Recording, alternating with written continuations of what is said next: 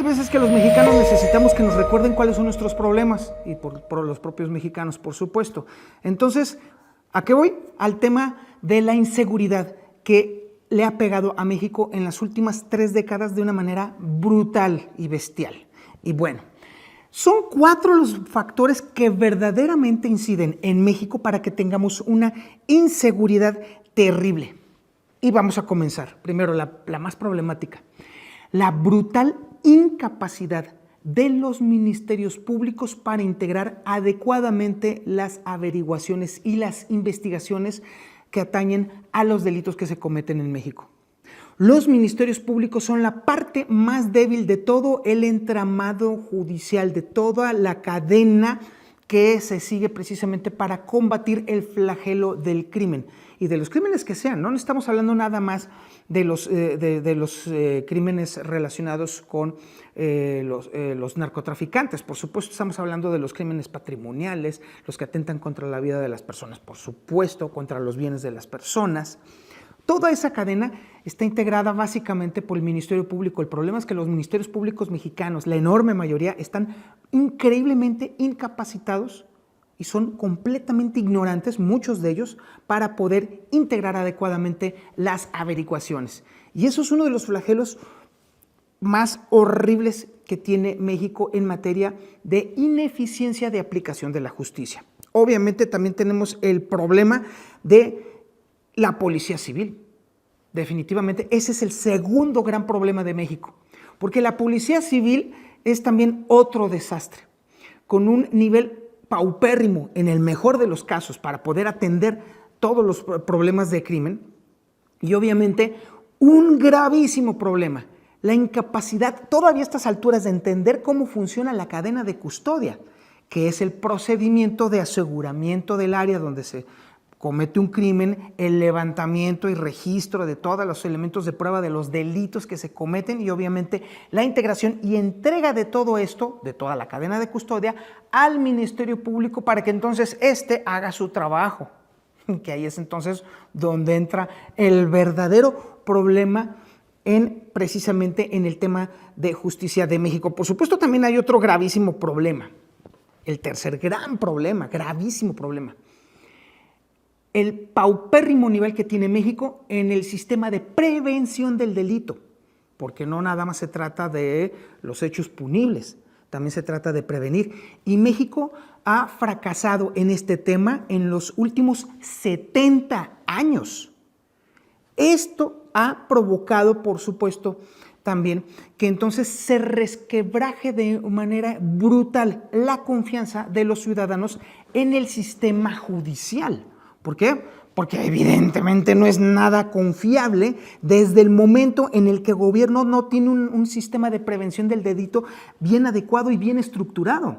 Y la prevención del delito, por supuesto que no pasa nada más por desecharle la culpa de los delitos a la pobreza.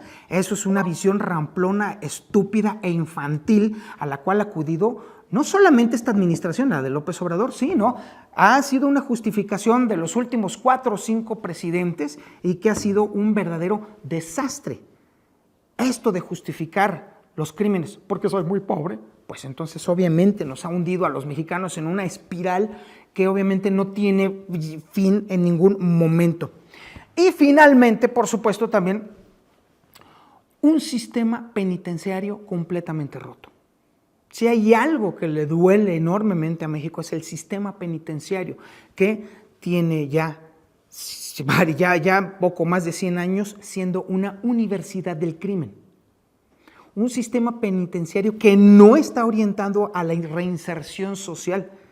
Es simple y sencillamente un espacio en donde se manda al olvido por un ratito a los criminales, a los delincuentes, a las personas que delinquen. Es un sistema penitenciario que es tan poroso, que es tan inútil, que evidentemente permite no solamente los gobiernos internos dentro de las cárceles, sino que también permite gobernar dentro de las cárceles hacia afuera. Y bueno, tenemos innumerables casos en los cuales, por supuesto, los criminales siguen operando sus redes criminales desde adentro de la cárcel, con la garantía de que además en la cárcel están más seguros que allá afuera. Eso es lo que le duele a nuestro sistema de seguridad en México, y esos son los 4 factores que han provocado que este sistema sea hoy por hoy un fracaso. No es lo que en los próximos días va a empezar a operar Morena. Morena, la cuarta transformación, por supuesto, va a impulsar, obviamente, en las próximas semanas, una azonada en contra de el Poder Judicial mexicano.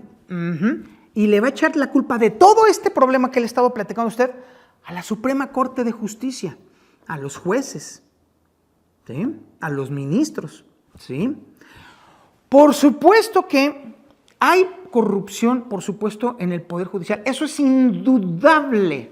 No se puede negar también que hay una enorme corrupción entre los jueces y los magistrados y, por supuesto, bueno, no se diga, en la mismísima Suprema Corte de Justicia de la Nación, faltaba más. Sería una cosa estúpida afirmar o decir que no.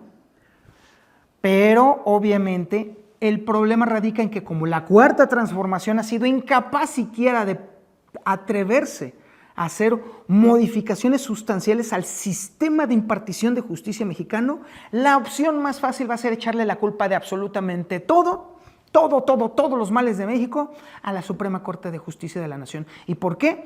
Por una cuestión estrictamente política. Porque la Suprema Corte, el pleito casado que tiene justamente el presidente con la Suprema Corte de Justicia, provoca entonces que las agruras que se alcanzan a escuchar allá dentro de justamente de Palacio Nacional, pues entonces evidentemente le vayan a pegar a toda la estructura morenista y entonces con tal de congraciarse con el gran Tlatoani, pues entonces vayan a dedicar entonces todo esto a enfilarlo en contra de la Suprema Corte de Justicia y no ver los problemas sistémicos que viene arrastrando México desde hace tantos años en materia de seguridad. Así pues, mis queridos mexas, si estaban pensando que el sistema de impartición de justicia habría de mejorar ya no en los próximos 2 años, en los próximos 8 años, inevitablemente, pues entonces, híjole, todo esto indica que va a estar mucho peor, pero mucho peor.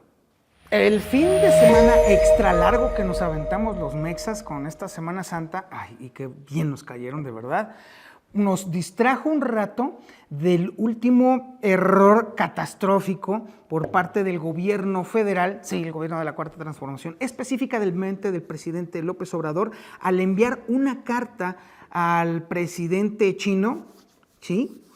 Así se llama, el presidente Xi, para pedirle por favor que se detenga la importación de precursores químicos de fentanilo a México. Ay, madre mía, no, bueno.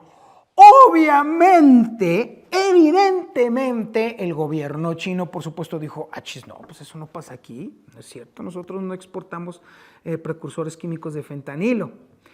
Pero obviamente esto sirvió para que Estados Unidos dijera, no, sí, pues claro que así exportan. Y lo peor de todo es que Estados Unidos ha estado dando información relacionada no con uno, sino incluso con 2 grandes exportadores de precursores químicos de fentanilo hacia México. De hecho, uno proveniente, ¿y de dónde creen? De Wuhan, la casa del COVID, por cierto. Pero bueno, eso es otro rollo.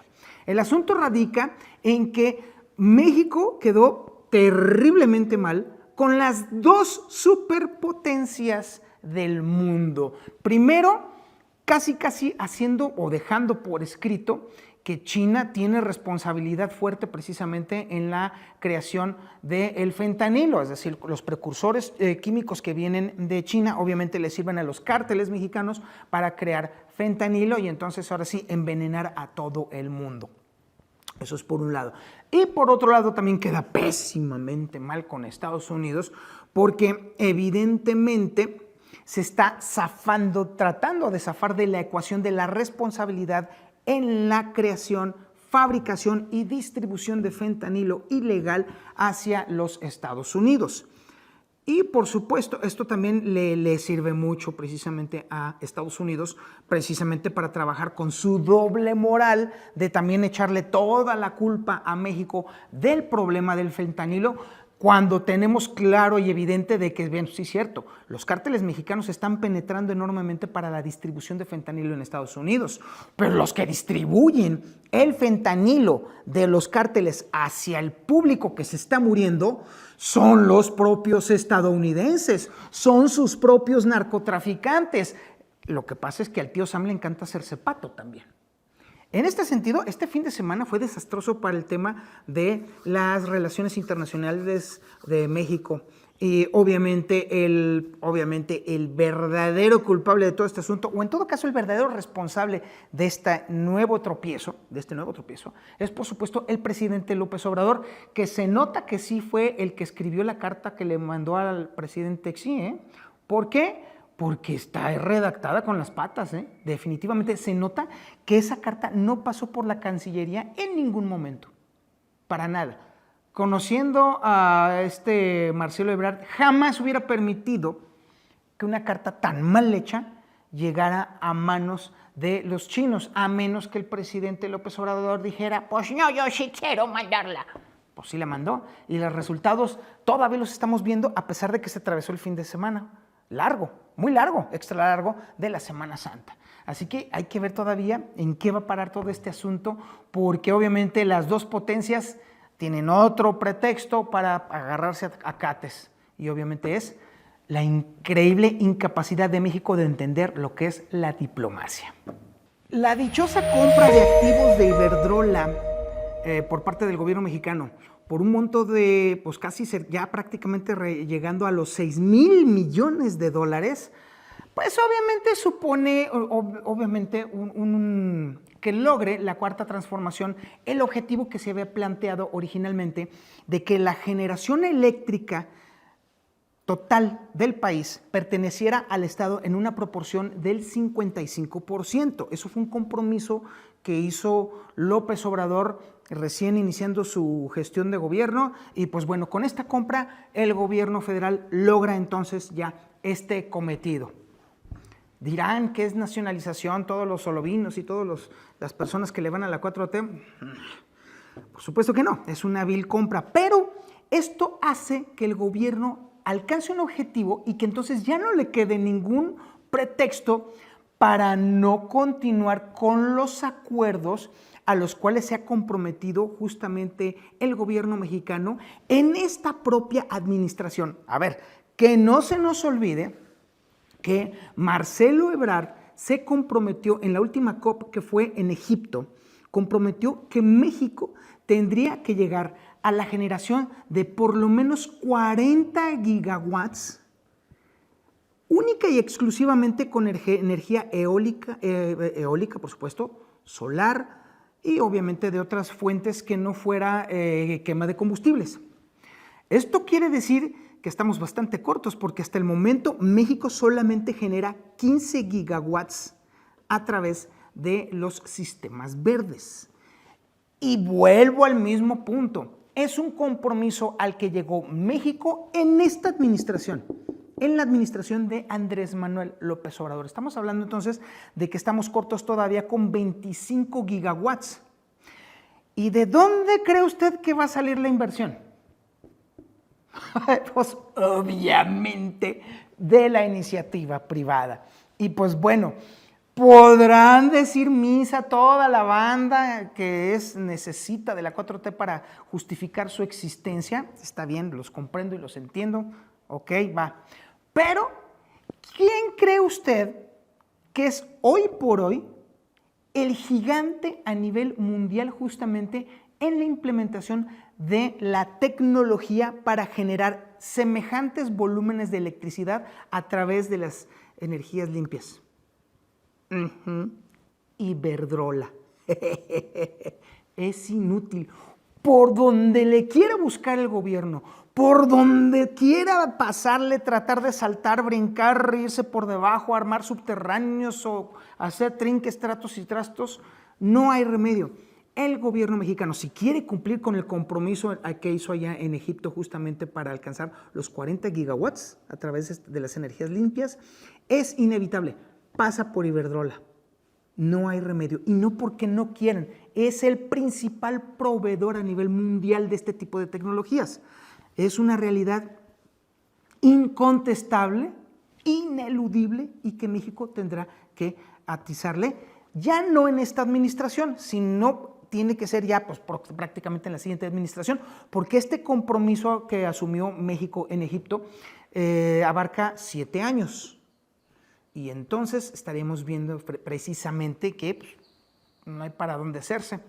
Lo irónico de todo este asunto es precisamente que, bueno, fue precisamente Marcelo Ebrard el que llegó a este acuerdo con la anuencia del presidente Andrés Manuel López Obrador, quien garantizaría entonces que este proyecto, bueno, garantizar, por lo menos trataría de hacer que este compromiso mexicano se lleve a cabo, sería precisamente Marcelo Ebrard en caso de que fuera la corcholata elegida para ser el candidato de Morena a la presidencia de la República para este próximo 2024. Pero, pues sí, mis niños, o sea, la realidad es que ya no da risa lo que hace el gobierno, porque bueno, sabemos perfectamente que al final del día, está bien, fue un capricho y un capricho presidencial que le va a costar a México 6,000 millones de pesos. Digo, dólares, no pesos, dólares. Bueno, está bien, va, es parte de. Pero de ahí a que se crean todavía la narrativa de muchos morenos que quieren decir que esto fue una nacionalización victoriosa mexicana y que ya no va a volver Iberdrola a estas tierras. Ay, pequeños, ya les expliqué.